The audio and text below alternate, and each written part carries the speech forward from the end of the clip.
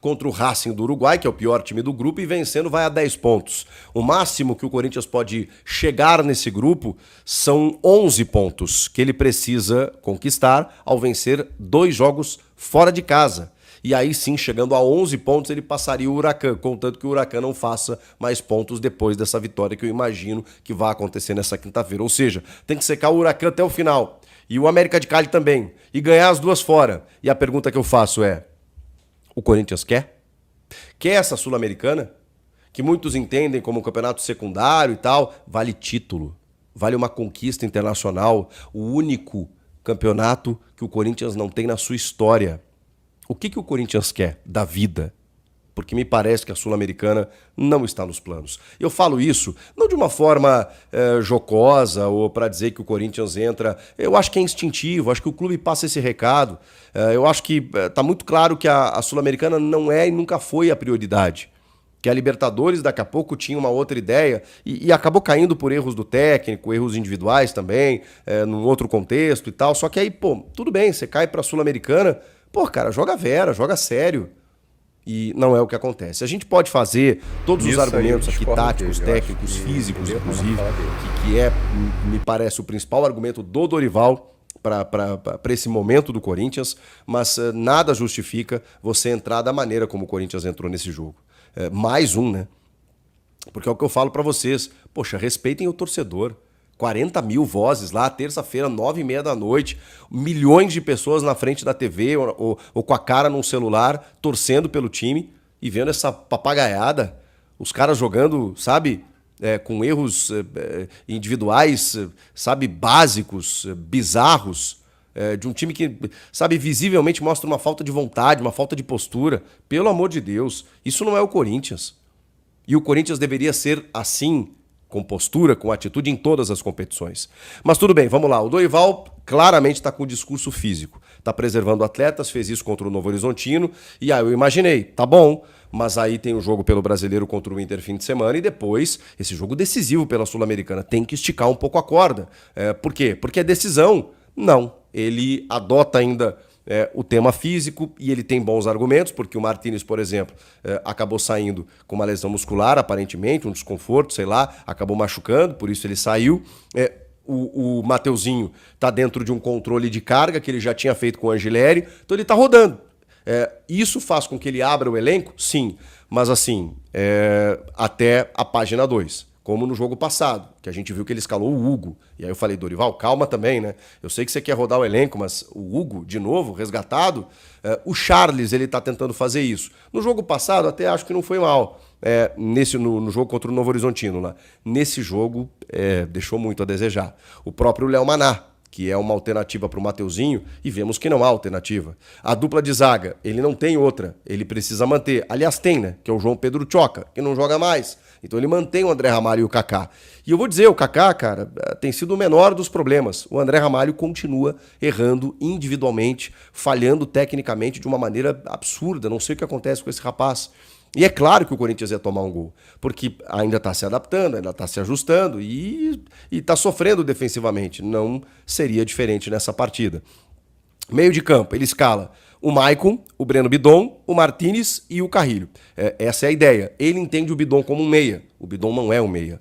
Eu sei que ele tem características de construção, mas ele não é um meia. Ele não vai fazer o que o Coronado faz, muito menos o que o Garro fazia.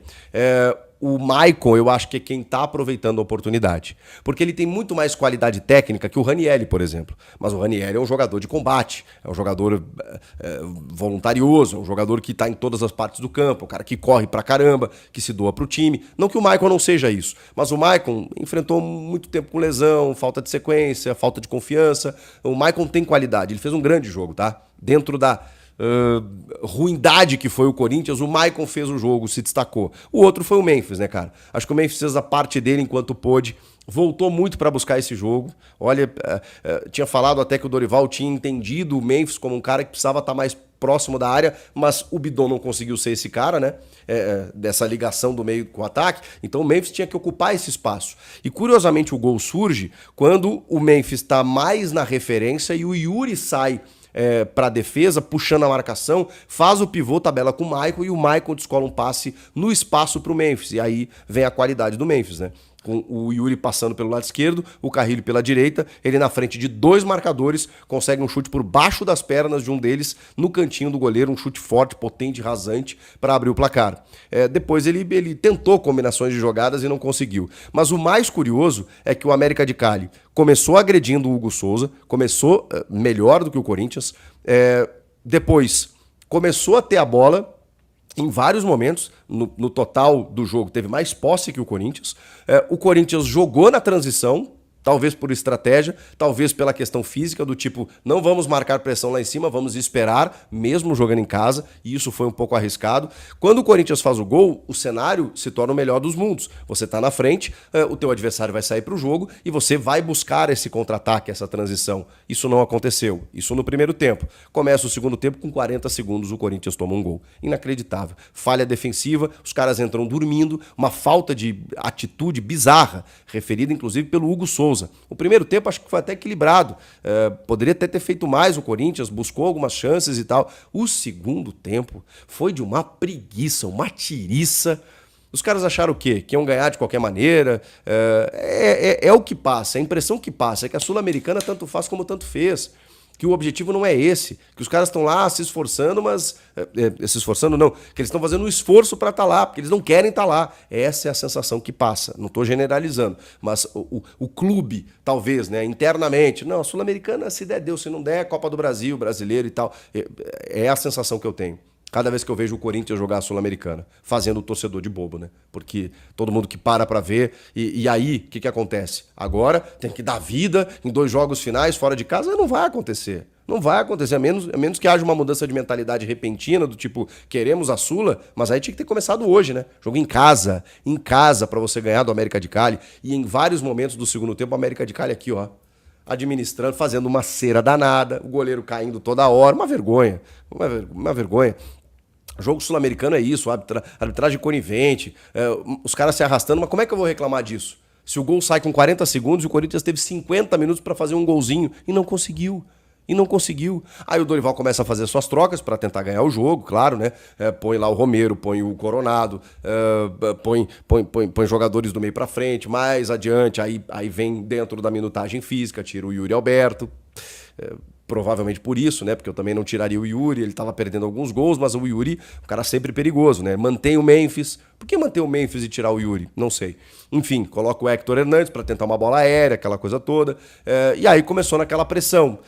Cara, só nos minutos finais, na verdade, ali, né? E aí fica aquele desespero, os caras caindo, fazendo cera, não sei o quê, o Corinthians alçando bola. Acho que o Coronado entrou bem, acho que o Maicon fez um bom jogo.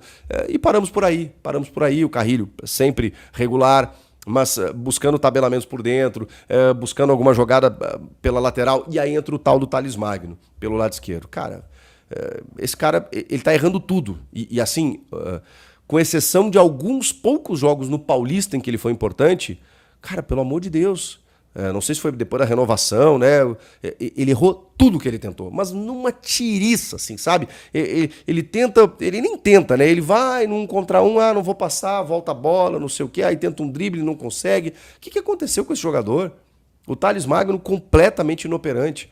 Então, assim, é um cara que custa caro, que o custo dele é 70 milhões de reais, pelo amor de Deus. O Corinthians conseguiu prorrogar o empréstimo. É um cara que, poxa... tem qualidade técnica, mas assim, ele precisa acordar para a vida. E aí a gente começa a entender que esse elenco que o Dorival está tentando ampliar para buscar opções, talvez ele não seja tão vistoso assim. E aí, se o Corinthians começar a rodar pela parte física, que é a ideia do Dorival, talvez a situação se complique. Aí ele tem que priorizar mesmo. Brasileiro, eventualmente Copa do Brasil, e a Sul-Americana vai ficando para trás. Agora é triste, né? Você vê um jogo internacional, mais um em casa, porque é o que eu digo. Ok, talvez a Sul-Americana seja difícil de ganhar. Você não vai conseguir ganhar e ser eliminado de umas quartas, uma semi. Agora, na fase de grupos, jogando em casa contra o América de Cali, porra, você tem que ganhar. Você tem que fazer o resultado. Você tem que jogar a Vera. E não foi o que aconteceu. Com isso, Corinthians, como eu disse, se complica. Se volta para o Brasileiro, tem o Mirassol fora de casa e tem que ganhar, e tem que jogar melhor. Outra coisa em relação ao que eu acho, tá? Por que o Corinthians empatou? Primeiro que a gente não tem elenco. E na minha opinião, talvez seria pior. Mas eu acho, talvez você nem ia fazer essa crítica ao Dorival, mas eu vou fazer. eu acho que o Corinthians tinha que ter poupado hoje alguns titulares, tá? Essa é a minha opinião. A Sul-Americana, o Corinthians está numa situação difícil. O Corinthians já se perdeu na Sul-Americana há muito tempo. E tem uma coisa que o próprio Dorival diagnosticou, que é um time, né? O time do Corinthians é um time cansado. Esse time se arrasta em campo. E para mim, o Dorival comete um grande pecado. Qual é? O Dorival escalar o Bidon jogando aberto. Aí não dá, velho. Aí o Dorival vai aprender que o Bidon jogando aberto, ele não joga nada. Ele não joga nada. O Bidon, ele não é craque. O Bidon não é craque. Muita gente aí, você que está me assistindo, você se empolgou com o Bidon, tá? Você se empolgou com o Bidon. Mas ele, o Lancheirinha, ele não é craque. Ele faz um jogo bom, a gente elogia. Contra o Vasco, por exemplo, eu falei que ele foi um dos melhores em campo. Vocês lembram contra o Vasco? Mas, cara, você não pode fazer 2 linhas de 4 e colocar o Bidon na esquerda. Então, que tivesse repetido a escalação contra o Inter, colocasse o Romero aberto na esquerda, o Carrillo na direita, né? E aí você repete ali aquela linha de 4, lá na frente o Memphis e o Yuri, porque o Romero vai entrar para marcar o lateral. Ah, mas o Romero estava morto, a gente fez os exames aí é outra história, entendeu? Para mim, o Dorival erra na escalação, não é no esquema tático, tá, gente? O esquema tático, repito, criticar o esquema tático, o time está até encaixado já. Criticar o esquema tático é falta de sabedoria, de inteligência, de conhecer futebol, porque esse esquema tático bateu o Novo Horizontino com time reserva e goleou o Internacional, que é um time até então favorito ao título do Campeonato Brasileiro. O problema não foi o esquema tático, só que o esquema foi o mesmo, mas as peças foram outras. Por exemplo, na esquerda jogou o Romero. Cara, o Romero, quando ele joga aberto na esquerda para marcar lateral e o Corinthians tem 2 atacantes na frente, ele vai bem, velho. Ele faz essa função. O Bidon não faz. O Bidon jogando aberto é inútil, velho. E o Dorival jogou com o Bidon aberto na direita contra o Novo Horizontino. E hoje ele meteu o Bidon aberto na esquerda, na segunda linha na segunda linha de 4. Para mim, o grande erro do Dorival ainda foi na substituição. Mas muita gente acha que ele errou na substituição, mas ele errou na escalação. Ele errou na escalação, porque o Bidon aberto na esquerda é falta de conhecimento do atleta e do elenco. Entendeu? Ele deveria se comunicar melhor com quem conhece o elenco. E aí, o Bidon já jogou aqui? Falar com... Cara, o Bidon ali aberto na esquerda, ele não tem profundidade nenhuma, e o Bidon não sabe marcar, tá? Essa que é a verdade. Essa é que é a verdade. E o Michael, para mim, fez um grande primeiro tempo. Só que depois, o Michael é um cara que tem que ir adquirindo um ritmo de jogo, só que depois tem que tirar. Porque ele não tá aguentando. Ele não aguenta também. Na verdade, gente, na verdade,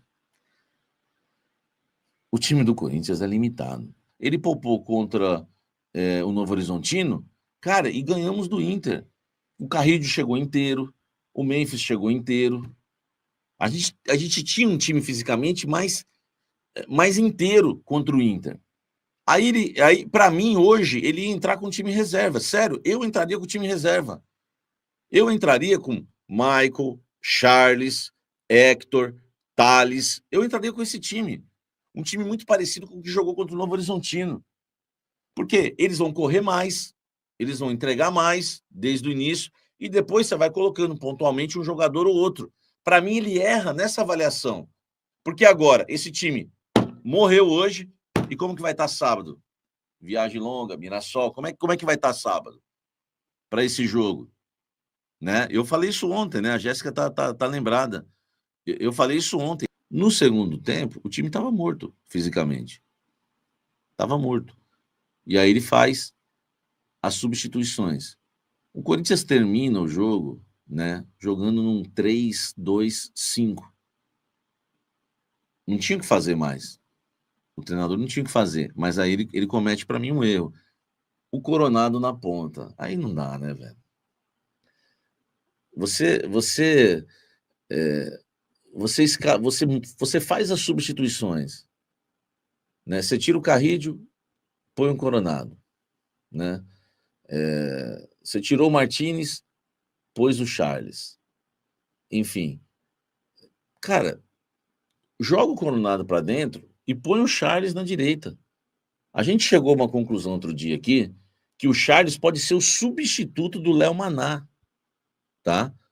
O substituto do Léo Maná na lateral direita. Então você põe o Charles na direita e põe o Coronado por dentro. E deixa ele mais perto da área. E eu não tiraria o Yuri, tá? Eu não tiraria o Yuri Alberto. Para mim foi um outro erro do Dorival. Eu não tiraria o Yuri. O Yuri é o cara que mais aguenta. Para o final de jogo, para correr, eu não tiraria o Yuri Alberto, tá? Eu não tiraria. Então, para mim, é um erro também. É um erro também você tirar o Yuri Alberto. E coloca o Coronado lá na ponta direita, que também não resolve nada. O Dorival acertou e muito quando ele escala o time reserva contra o Novo Horizontino e deixa o time inteiraço para um jogaço contra o Inter, e um time inteiraço, a gente viu o que aconteceu. Só que ele erra hoje, 2 dias depois praticamente, coloca os titulares cansados. Ele viu, Dorival, você estava no camarote e você viu contra o Flamengo que esse time fisicamente tá morto. Hoje era time reserva. Minha opinião, posso estar errado, tá? Posso estar errado. E no segundo tempo, eu acho que na substituição, ele só errou em colocar o Coronado aberto. Mas jogar para cima e tentar o gol, ele fez. O time foi para cima. Só que Angileri tá morto. Thales é fraco. Romero é outro morto. Héctor, qualidade extremamente duvidosa. Ficou até livre lá, teve uma chance. Entendeu? Memphis, cansado, não é o mesmo. Mas esse você tem que deixar, é muito bom. Aí errou na questão do Yuri. Então, ele erra para mim.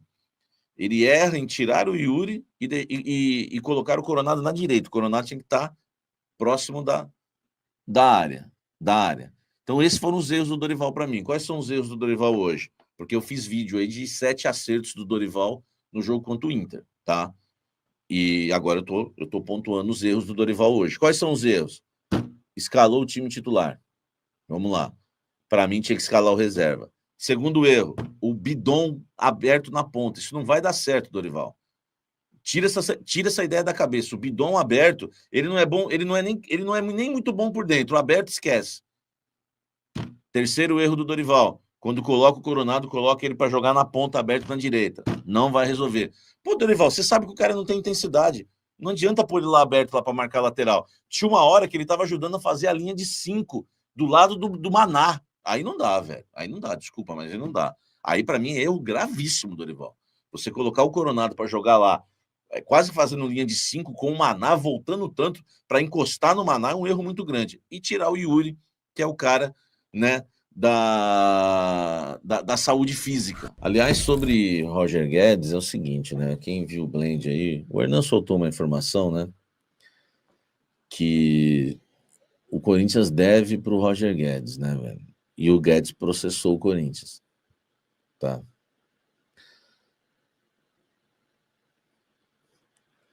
O cara,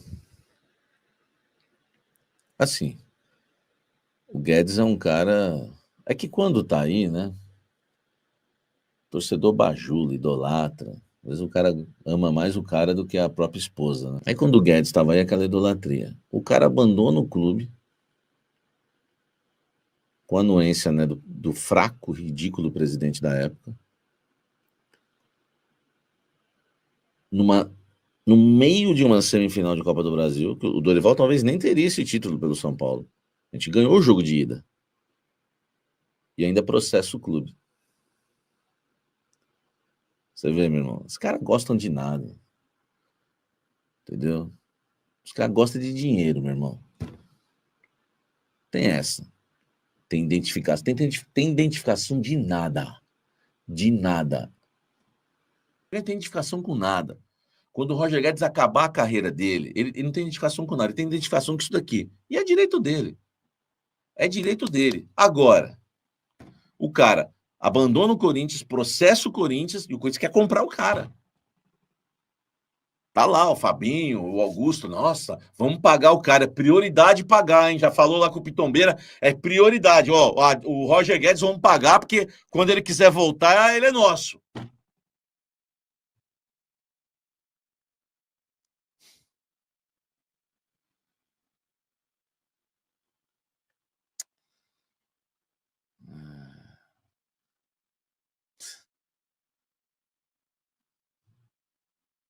Terrível, né, velho?